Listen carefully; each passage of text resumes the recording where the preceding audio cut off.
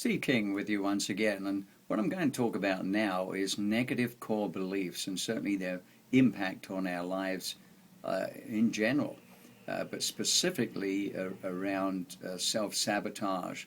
When we think of negative core beliefs, we can think in terms of the difference between negative and positive, what's in our best interest, what isn't in our best interest.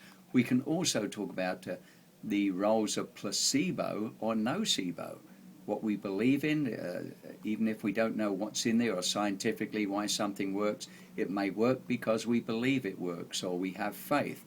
Likewise, nocebo can also impact us if you believe you've been cursed. If some people think that, they can actually die. Sylvan Tompkins has written papers on that sort of thing, where people in certain countries who believe in curses actually have died as a result or because of a belief as a result. Likewise, when we think of healing. In fact, 1/3 of all healings are said to be by placebo. So we tend to negate that instead of actually utilizing that, which would be a good thing to do, obviously. When we think of our service industry, if you think of treating clients as guests or customers, obviously you're going to get a better rapport with those clients, and obviously they become more long-term, hopefully, as a result.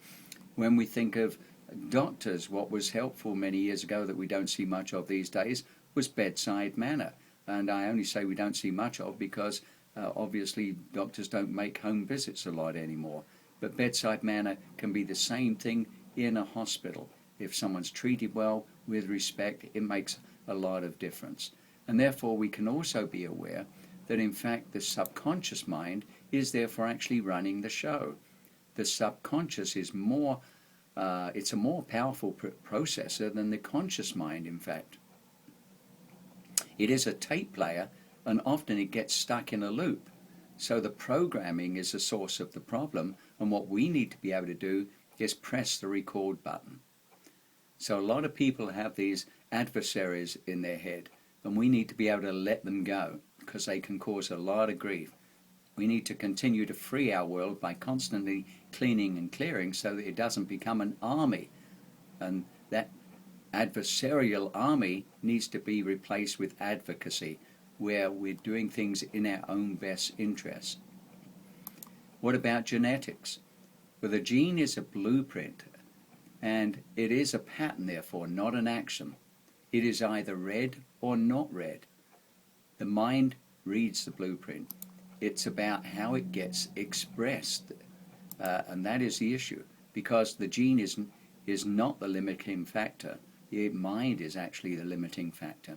And just like the blueprint of a building where we can change something if we want a door in a different location, we can in fact do the same thing with our own mind. Negative core beliefs are about ability, capability, and deservability. We behave in ways that confirm our beliefs. Paradigms power perceptions, and perceptions power emotions. If you want to know more about that, I would suggest you read Biology of Belief by Dr. Bruce Lipton. Don't forget, we've discussed already about cellular memory in fears, phobias, anxieties, traumas, and addictions. Also discussed about the first 6 years where a person's egocentric and therefore in a theta state where they can learn more.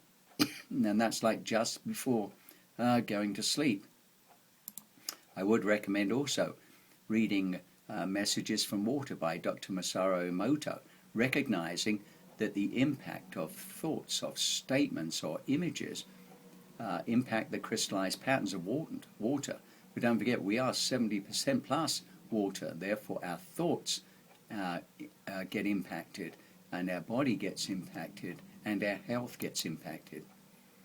Visualization. Don't forget, we can use tapas acupressure technique and emotional freedom technique, etc., for clearing and for installation of what we would like. We can use vision boards, we can use mind movies, have subliminal work done, NLP, neuro-linguistic programming.